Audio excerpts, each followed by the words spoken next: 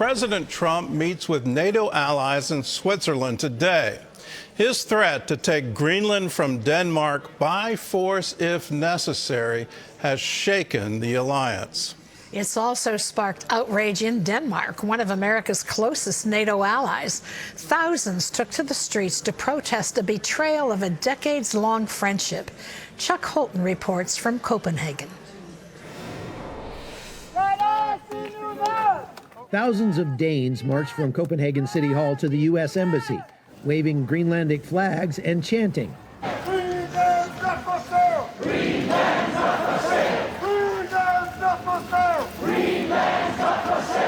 For many Danes, the American rhetoric feels like a betrayal of decades of military partnership. We've always been like strong allies with the U.S.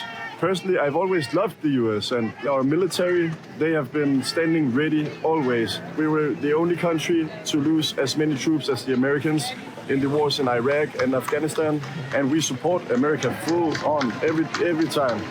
About 10,000 people have showed up here outside the U.S. Embassy in Copenhagen for a shockingly well-behaved protest.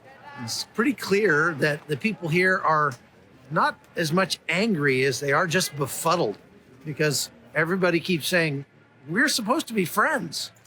And they just don't understand how all of a sudden they turned into the bad guy in the eyes of President Trump. The sense of disbelief is widespread among protesters. Well, it's like surreal, This is like, this is not even, happening because, I think that we've seen, looked upon, the U.S. as a trusted partner. We have also tried, to be a trusted partner the other way. And he really believed in this mutual, collaboration. And then suddenly it's turned around. And I don't think it has even, sunk in yet, what is happening. But it just, I guess it shows that even your closest friends, you cannot even trust anymore. Some warn the president's threats could have far-reaching consequences for NATO itself. You cannot attack another country within NATO without, dissolving the whole situation in NATO, which is 80 years old just after the Second World War. As tensions mounted, a bipartisan U.S. congressional delegation arrived in Copenhagen to try to calm the situation. I think I speak for every senator and House member here in that we deeply value NATO. This partnership has been absolutely critical to the United States' security and prosperity and success. Greenland is a part of Denmark. Denmark is our NATO ally. That should be the end of this discussion. From Copenhagen, I'm Chuck Holton for CBN News. I'm having trouble figuring out where the president is going with this. If you're claiming security, that somehow or other we need possession of Greenland in order to keep Russia and China out, well, the current treaty, which was made all the way back in World War II, allows us to have as many troops as we want in Greenland. So I don't understand why you would willingly offend an ally. Is it a negotiation tactic? Probably, but at the same time, in leadership, particularly in the volatile world we're living in right now, you need consistency of friendship and consistency, especially with your NATO allies. As we look at potential war in Iran, what's going to happen in Venezuela, what's going to happen in Ukraine, what's going to happen in Taiwan, all of these things counsel that we need a very strong alliance with NATO. So I hope the president pulls back, but if he starts to attack Greenland, well, then NATO is completely gone. In other news, one Iranian is calling the crackdown on protesters genocide under digital darkness. John Jessup has that story and more from our CBN News Bureau in Washington. John? Thanks, Gordon. With the uprising now in its third week, the Iranian regime's top police official issued an ultimatum for protesters to hand themselves in or face the full face of Sharia law. Tens of thousands of demonstrators have been swept up in a nationwide manhunt. Government forces are patrolling the streets, threatening to shoot anyone who comes outside. As the USS Abraham Lincoln Task Force heads to the region, Iran is threatening harsh retaliation if the United States strikes.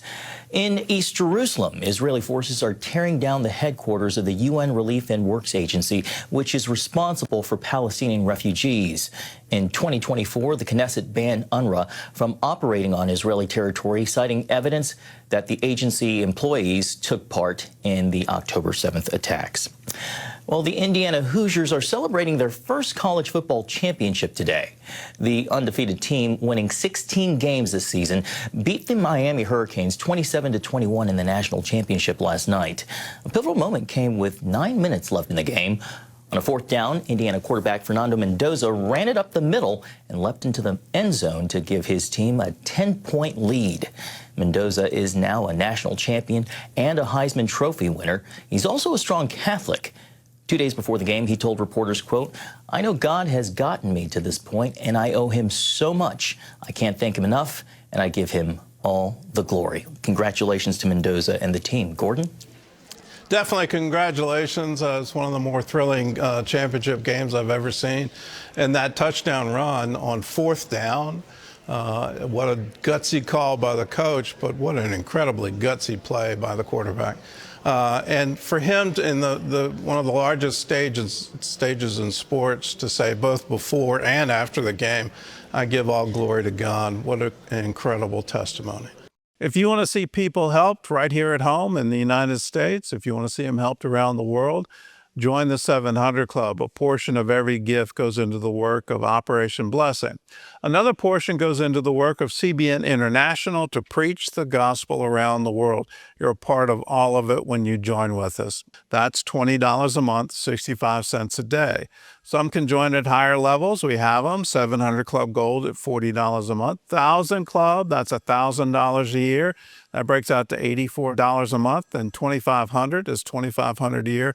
You can change lives. It's amazing what happens when we all get together and say, yes, let's make a difference.